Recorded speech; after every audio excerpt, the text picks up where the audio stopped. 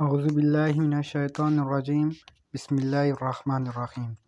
السلام علیکم دوستو، امید کرتا ہوں کہ آپ سب خیریت سے ہوں گے۔ آج ہم قیامت کے بارے میں بتائیں گے۔ سب سے پہلے آپ نے یہ جاننا ہے کہ قیامت کیا ہے۔ جواب یہ ہے کہ قیامت ہر نام کے اندر ایک راز پوشیدہ ہے اور اس کی ہر صفت کے اندر ایک معنی چھپی ہوئی ہے۔ تو ہمیں سب سے پہلے اس کے معنوں کی طرف توجہ دینی چاہیے تاکہ قیامت کے بارے میں جانا جائے کہ قیامت 80 نام بتائے گئے ہیں، لیکن ذیل میں ہم چند ان ناموں کے بارے میں بتائیں گے جو کہ روزمرہ کی گفتگو کے دوران استعمال ہوتے ہیں۔ نمبر 1، روز قیامت یعنی قیامت کا دن، جس دن قیامت ہوگی۔ نمبر 2، روزہ حسرت یعنی افسوس کا دن، کیونکہ اس دن انسان کے پاس اپنے اعمال کے علاوہ کچھ نہ ہوگا اور اگر گناہ زیادہ ہوئے تو سوائے حسرت کے کچھ پاس نہ ہوگا۔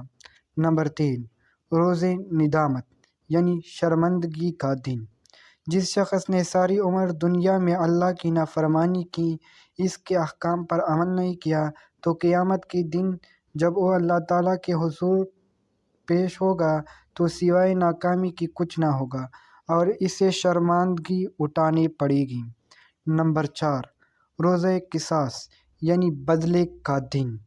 قیامت کے دن اللہ تعالیٰ انسان کو دنیا میں کی گئی نیکیوں عبادات کے بدلے اجر دے گے اور یہ بدلہ صرف اللہ تعالیٰ کی ذات کے سوائے کوئی نہیں دے سکتا۔ نمبر 5، روز عذاب یعنی عذاب کا دن۔ قیامت کے دن ہر ایک کو اس کے کئی کی سزا اور جزا ملے گی۔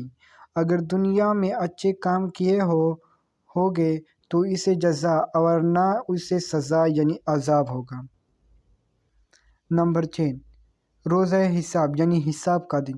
دنیاوی زندگی بسر کرنے کے بعد جب ہم سب اللہ تعالیٰ کے حضور پیش ہوگے تو اس دن ہمارا حساب کتاب ہوگا۔ نمبر 7، روز حق یعنی انصاف کا حق۔